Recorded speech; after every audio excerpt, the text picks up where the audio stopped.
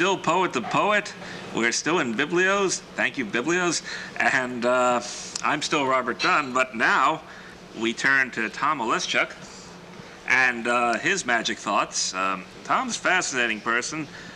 He's a Brooklyn poet who has served time in Baltimore.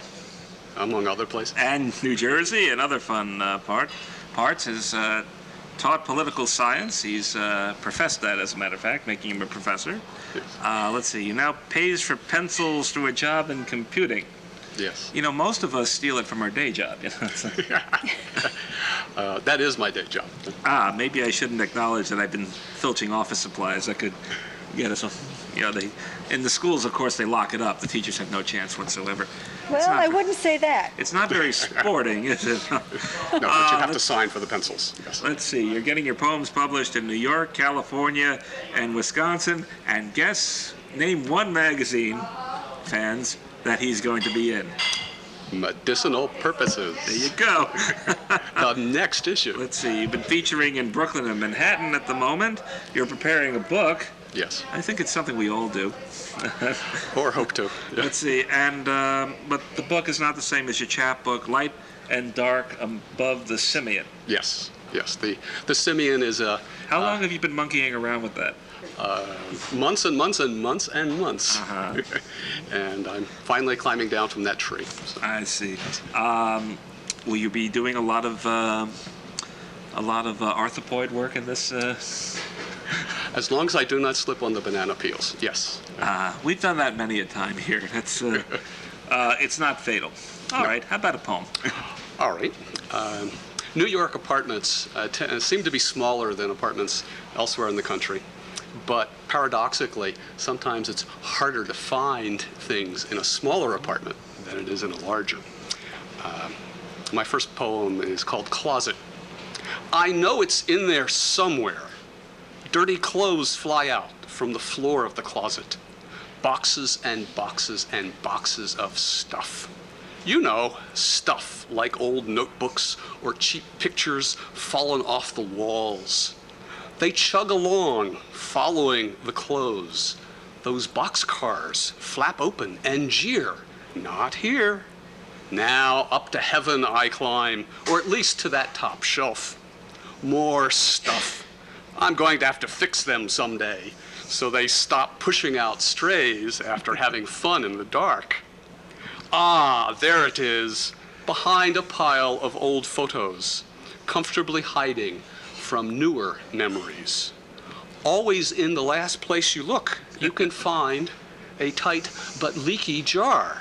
There it is. There is my heart. Gosh, I gotta go look through my stuff because somewhere is an instrument I used to play in honor of your Simeon chapbook, the baboon flute.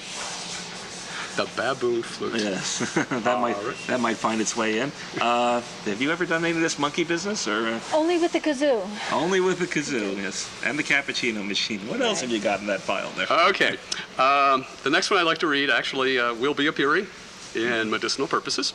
It's called Hot and Dry. My spirit shines like a Saharan sun. Your heart is too pale for it. We tried the shade of distant friendship, but the reddening of your bruised, barely recovering life drove you from me. Now, my radiance pours out on no one except to brown the page of each smoking poem. Soon they too will be consumed. Then I will face the sands each day, truly alone. I am very glad you read a poem called Hot and Dry, because the weather forecast is cold and wet. Cold and wet, yes. You wouldn't happen to have a poem by that name, would you? No, unfortunately. Well, there's nothing like a companion piece. We'll send you home the right one. But speaking of which, where do you get your ideas? Everyday life, Yeah. talking to people, sounds, words, images that kind of cross my path I have a composition book. Actually, I've gone through about a dozen of them by this point, and it's a nervous affliction. This poetry stuff, yes. I found that the people I talk to are a nervous affliction, but that's quite another story altogether. Fortunately, we get good guests for the show, as you can see. All right. What else have we got in there? All right. Okay, this one is called The Stalker. Just when you are doing fine, enjoying the summer day and the morning paper, he is there. Walking along the neighborhood, you will abruptly know his presence in your mind and heart. Or while you happily ponder the choices for the day, a new movie, a poetry reading, a walk in the park, waves of his cold, damp aura beat you down. Out of nowhere, you have a need for someone. Many times, it is a particular someone, near yet beyond your arms, or an old friend 1,000 miles away. Sometimes it is even worse as you long for a mythic someone from the fantasy of happiness to come. Just thinking of friends helps for a while. Soon, however, he reappears. Those pictured pages turn, and you only see those you have lost. Loneliness is hard to shake. He and his brother despair. But healing each day, however small, draws to you their nemesis, hope, and soon her sister, love. Gosh, stalker. Must eat a lot of celery. Yes, it's a very chewy poem. Yes. Aren't you glad we set up in a corner? Yes. Because we can't be snuck up on. Right. Indeed, indeed. And what are your secret ambitions for your poetry, Tom? My secret ambitions, aside from continue writing, which I think most people would, that write poetry would agree. I want to continue reading them in public. And circulating them. If my book eventually gets published, I will be happy. But if not, I will circulate it as chapbooks. And translation: he wants money, like the rest of us. Yes, yes. Well, one can become quite wealthy, of course, as a poet. We are spiritually wealthy, if nothing else. Yes, that and $1.50 will get you a ride on the subway. That's true too. Yes. So charge up your Metro card and give us some of that spiritual wealth right there. All right. Okay. The house. Slowly, she removed the boards from the window, one by one. Then another window and another.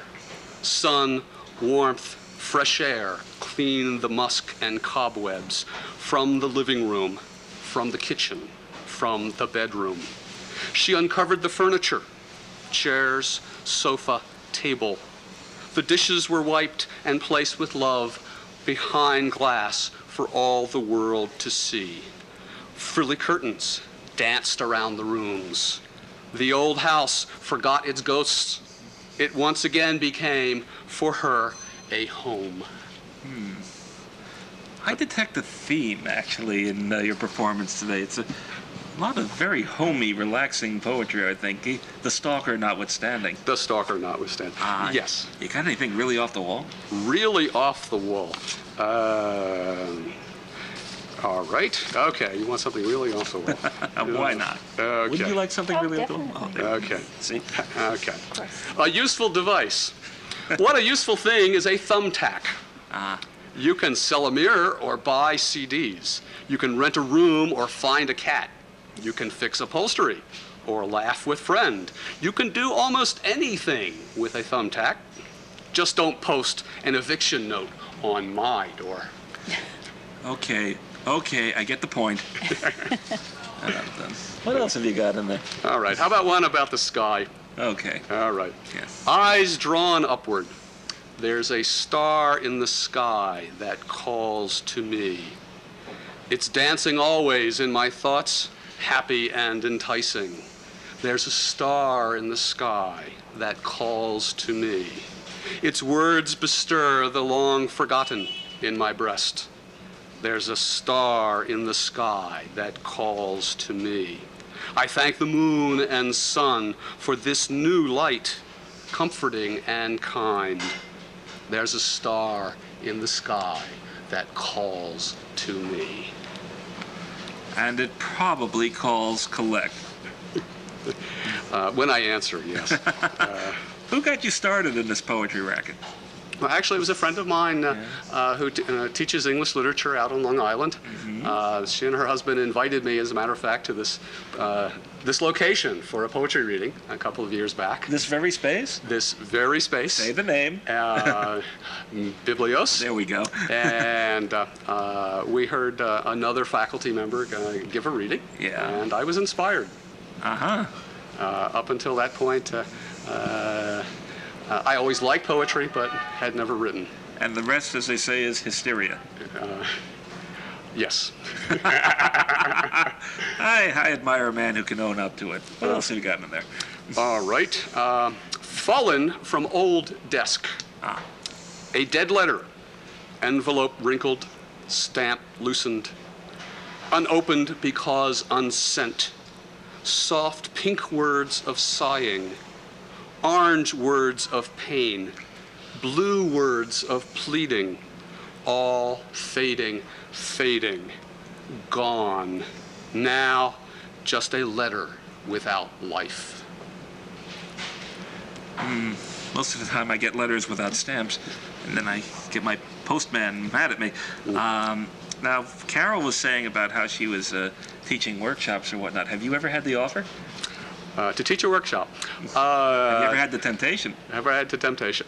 No, although I've participated in a handful, and they are interesting experiences. And I have a longer poem that I will say for some other time about one suggestion that I think just about everyone who's been to a poetry workshop has gotten, which is to say, get rid of those unnecessary words. What, all of them? Just about, yes. Okay, I think we can squeeze in another poem. All right. Let me do a cinquain. Yes, a cinquain would be very nice about now. Yes, one of the few forms that I write in. This one's called Through Windshield. Sun gone, soft pinks above tree line, mark not dade's death, but gentle, becalming rebirth of dreams. Oh, go ahead, do the other one. Okay, all right. The other one is To Fall. Crinkling, crisp leaves on trees, dance with autumn's whisper, stepping together in joy, then falling. Is the cinquain your only excursion into form? No, I have a few haikus and senryus. But that's basically about it. I stay away from Petrarchan sonnets. Actually, so did Petrarch, now that I think about it. In any event, since you bring it up, I'm going to throw in a haiku by my friend Haiku Stu. In deference to the cappuccino machine. It's Hell's Angel Chopper and cappuccino machine outshout each other. Now, I will only read that once because a lot of people read their haiku twice, but most people tell me in my case once is enough. But actually that was by my friend Haiku Stu, so don't let that bother you. Well, we're coming down to the wire here, I think.